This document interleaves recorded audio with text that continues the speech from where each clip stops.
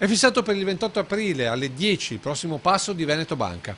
Quello pratico, quello verso, almeno nelle intenzioni della dirigenza, la salvezza. L'ultimo venerdì di questo mese è il giorno dell'assemblea degli azionisti, tornati dopo gli anni delle tensostrutture nella sala ipogea di Villa Loredan. L'ordine del giorno segna l'approvazione del bilancio 2016, la nomina degli amministratori, del collegio dei sindaci e per ultimo, ma probabilmente punto più importante, la serie di iniziative di remunerazione e di incentivazione della banca. E qui c'è di tutto, dall'azione di responsabilità ai titoli in emissione garantiti dallo Stato, dalla fusione con Popolare Vicenza al piano di risparmi con chiusura di sedi e mobilità per i dipendenti.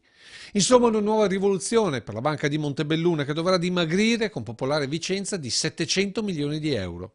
E non è un caso che l'assemblea dei soci di Corso Palladio si svolgerà in contemporanea anche alla Fiera di Vicenza, dove in più ci sarà anche la proposta di ridurre il consiglio di amministrazione da 11 a 9 componenti.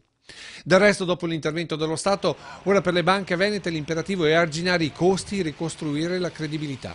Perché questo, in fondo, è il vero problema di Montebelluna e della Vicentina. L'emorragia di correntisti, la mancanza di liquidità per una banca e l'assenza di fornitori di materia prima per un'azienda. E poco importa se un periodo di sostegno arriva da fuori, gli attuali amministratori sanno perfettamente che senza la raccolta dal territorio ogni sforzo è vano e forse per questo, dopo i conti, dovranno arrivare anche le sentenze per chi ha amministrato in passato.